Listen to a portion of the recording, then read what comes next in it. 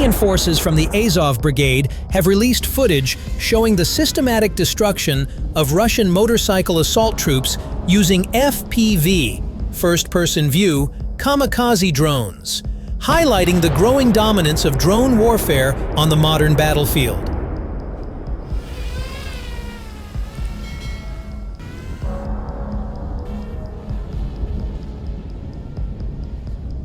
The video, recorded from the drone's onboard cameras, captures Russian soldiers advancing rapidly on motorcycles, an increasingly common tactic used to reduce exposure to artillery and drones. However, the speed and maneuverability of the motorcycles proved ineffective against Ukraine's highly precise FPV drone operators.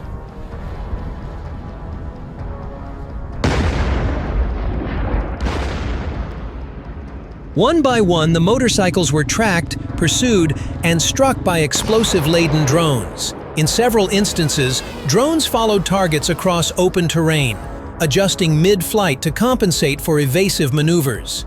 The footage shows direct hits on both moving and stationary targets, leaving little chance for escape.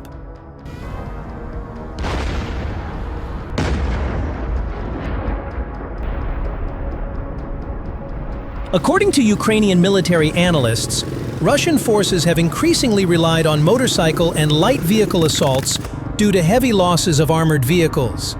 These units are often deployed in small groups to probe defenses or overwhelm positions through speed. Yet FPV drones, relatively inexpensive and extremely accurate, have become a devastating counter to such tactics.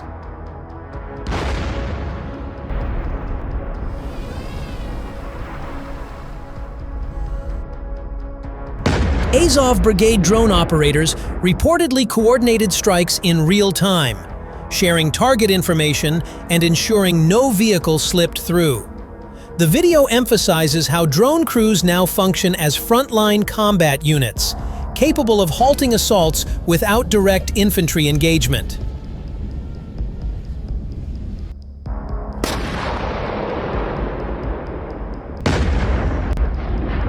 The footage also underscores a broader shift in warfare. FPV drones, once improvised tools, are now mass-produced, standardized, and tactically integrated into Ukrainian units. Their ability to hunt moving targets has reshaped battlefield dynamics, making even fast-moving assaults highly vulnerable.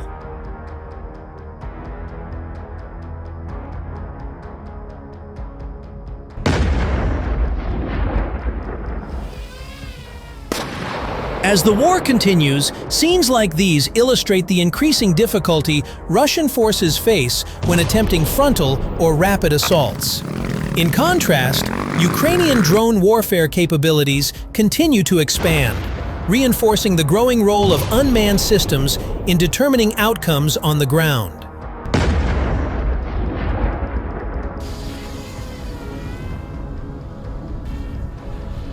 Ukrainian drones liquidated nearly 30,000 Russian troops in January, exceeding Russia's mobilization rate and giving Ukraine a technological edge on the battlefield, Commander-in-Chief of the Armed Forces of Ukraine, Oleksandr Syrsky, said.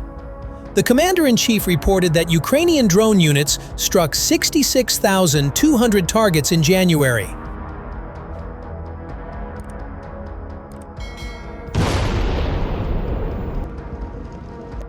As a result of drone operations, nearly 29,700 Russian troops were liquidated, while Russia managed to recruit only about 22,000 personnel during the same period. This is the gap we are aiming for, destroying more soldiers than Russia can put into formation. This level of effectiveness of our unmanned systems, if further expanded, will force Moscow to end its war of aggression, Syrsky noted.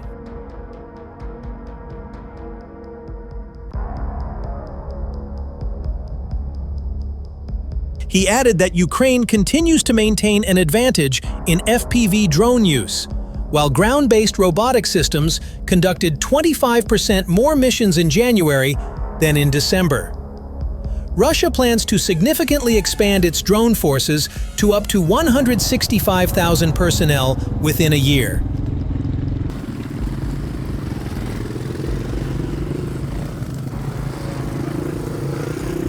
Russian forces are already deploying new jet-powered Geran-4 and Geran-5 drones, as well as domestically produced interceptor drones.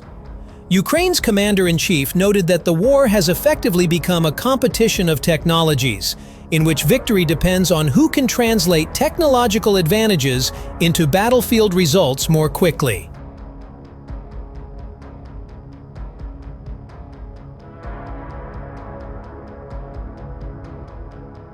All of this pushes us to accelerate the search for our own breakthrough technological and command solutions to counter Russian drones and overcome the enemy's layered air defense systems, he said. To strengthen frontline capabilities, additional unmanned systems battalions will be added to the structures of selected assault regiments and territorial defense brigades.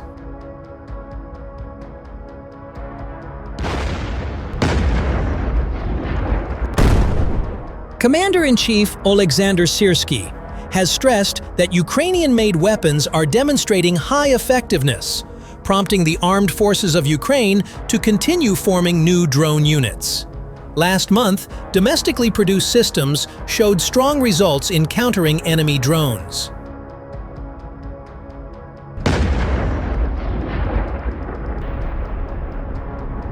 Separately, the head of communications for the Ukrainian Air Force Command, Colonel Yuri Ignat, commented on recent reports detailing the destruction of Shahed drones using various types of interceptor drones. He said that Russian unmanned aerial vehicles have evolved and now represent the primary airborne threat to Ukraine.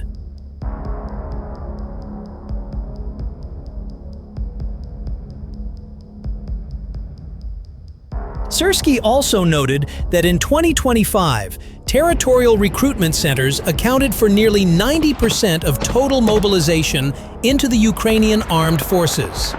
And fighters of the Azov International Battalion carried out a successful operation to clear the village of Zoloty Kolodiaz in the Dobropilya direction. In a single day, the defenders captured 18 Russian servicemen, according to the 12th Azov Special Purpose Brigade of the National Guard of Ukraine.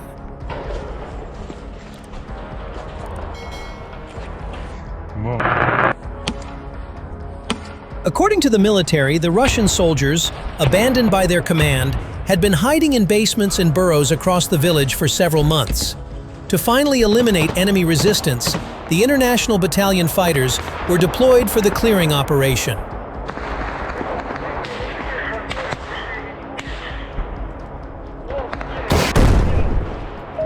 During the operation, foreign volunteers encountered the effects of Russian propaganda among the captives.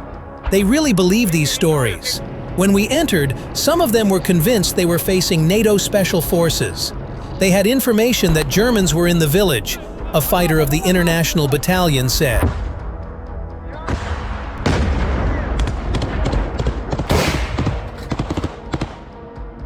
The captured Russian soldiers themselves confirmed they had been isolated for a long time without proper support. "We were just sitting in the basements. They left us. When the Azov fighters arrived, we realized there was no point in resisting," said one of the detained soldiers.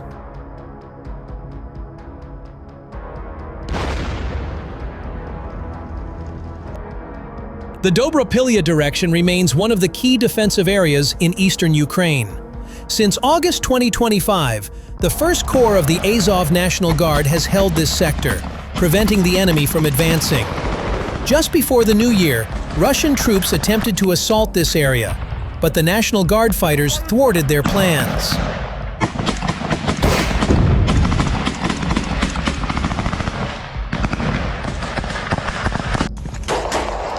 The enemy tried to reach the frontline positions of the Ukrainian Defense Forces under the 1st Corps' responsibility, but failed. Earlier, Russian sources spread false claims about capturing Dobropilya near Huliaipole in the Zaporizhia region. The General Staff of the Ukrainian Armed Forces denied this, confirming that the town remains under Ukrainian control.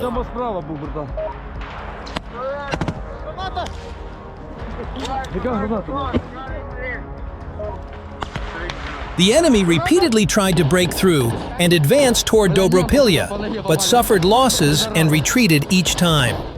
Border guards and the National Guard repelled an attack by around 20 Russian soldiers moving on 9 ATVs. On the morning of December 22nd, 4 enemy columns were detected moving toward Dobropilya within the 1st Corps' responsibility zone, but the assault was successfully repelled.